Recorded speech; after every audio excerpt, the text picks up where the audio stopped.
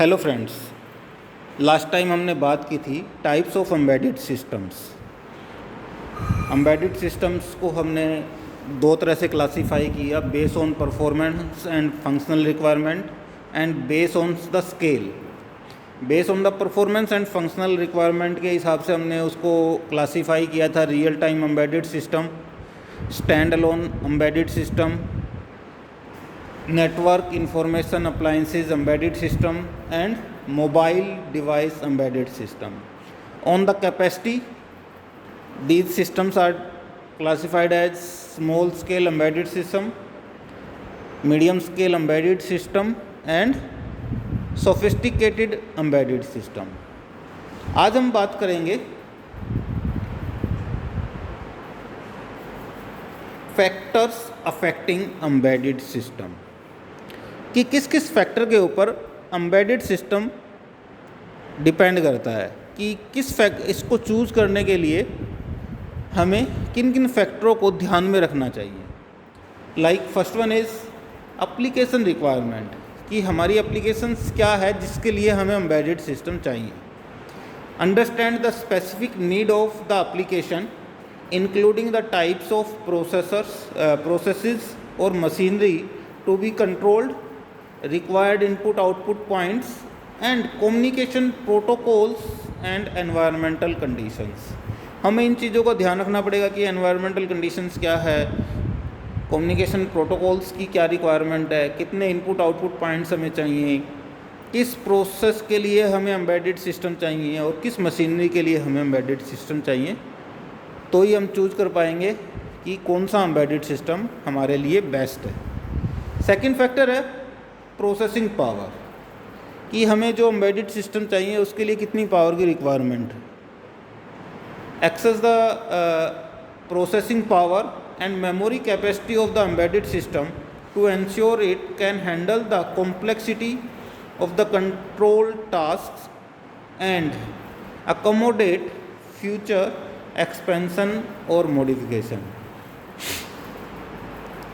जिससे कि हम इसकी रिक्वायरमेंट क्या है, मेमोरी की रिक्वायरमेंट क्या है और ये कितने कॉम्प्लेक्स प्रोसेस को हैंडल कर सकता है, जिससे कि हम अगर इसमें कोई मॉडिफिकेशन करना चाहें फ्यूचर के अंदर तो वो भी हम बड़े आराम से कर सकते हैं। Next point is input output capacity,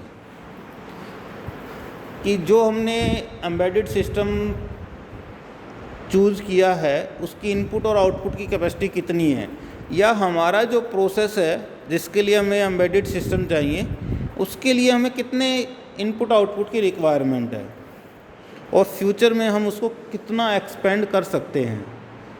तो this is input output capacity. Determine the number of types and input and output points required for the applications including digital input output, analog input output and specialty input output module. Next point is communication protocol. Consider the communication protocols supported by the embedded system such as Ethernet IP, Modbus TCP IP, Profibus or DeviceNet to ensure compatibility with the other device and system in the industrial work। मतलब ये कि हमें जो embedded system की requirement है उसके साथ हम जो दूसरे डिवाइस को अटैच करना है वो कितनी ईजिली हम उसके साथ अटैच कर सकते हैं और उसके लिए कौन से प्रोटोकॉल्स की रिक्वायरमेंट है। Next one is programming language. जो हमें एम्बेडेड सिस्टम की रिक्वायरमेंट जनरेट की है उसके लिए कौन सी प्रोग्रामिंग लैंग्वेज सूटेबल है, क्या वो एम्बेडेड सिस्टम उस लैंग्वेज को सपोर्ट करता है।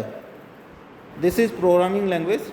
Evaluate the programming language supported by the embedded system and choose one that aligns with the skill of the programming team and the complexity of the application. Next one is reliability and durability, कि वो कितना काम करेगा, उसका life span कितना है और वो ख़राब होगा या नहीं होगा, कितनी फ्रीक्वेंटली वो डैमेज होता है।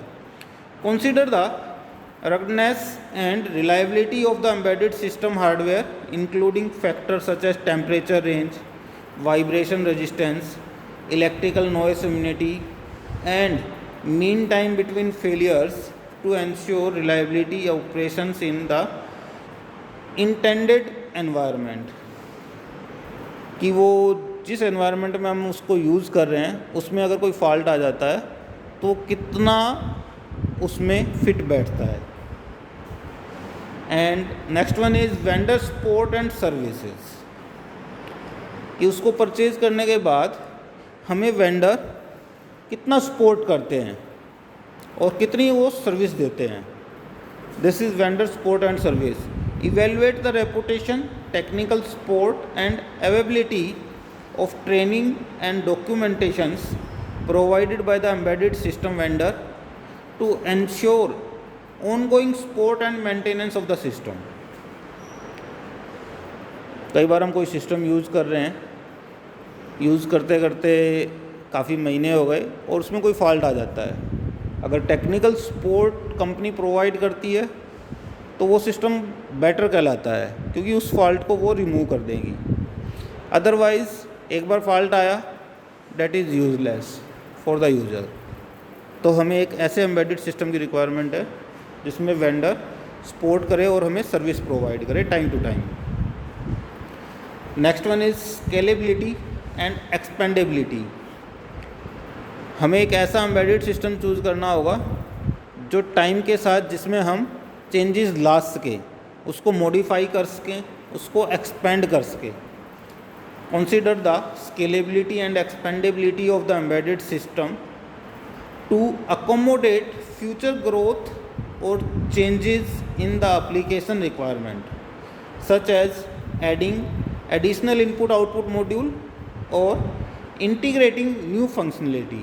कि उसमें नए इनपुट आउटपुट को ऐड करना है या नए फंक्शंस को उसमें ऐड करना है, ऐसा हमें एक एम्बेडेड सिस्टम यूज़ करना चाहिए। Next one is cost consideration। Balance the features and capability of the embedded system with the budget constraint of the project, considering factors such as initial hardware cost, programming software license, maintenance expenses, and long-term run-on investments। कि हमें एक ऐसा embedded system choose करना चाहिए जो हमारी requirement के accordingly हमारे बजट्स के अंदर आए। उसके सॉफ्टवेयर को भी हमने परचेज़ करना पड़ेगा, उसके हार्डवेयर को भी, उनके लाइसेंस को भी, उसकी मेंटेनेंस की कॉस्ट भी होगी। इन सभी कॉस्ट को ध्यान में रखते हुए हमें एम्बेडेड सिस्टम को चूज़ करना चाहिए। These are the factors affecting embedded systems. इन फैक्टर्स को ध्यान में रखते हुए हमें अपने प्रोजेक्ट के लिए कौन सा एम्बेडेड सिस्टम चाहिए वो चूज़ करना चाहिए।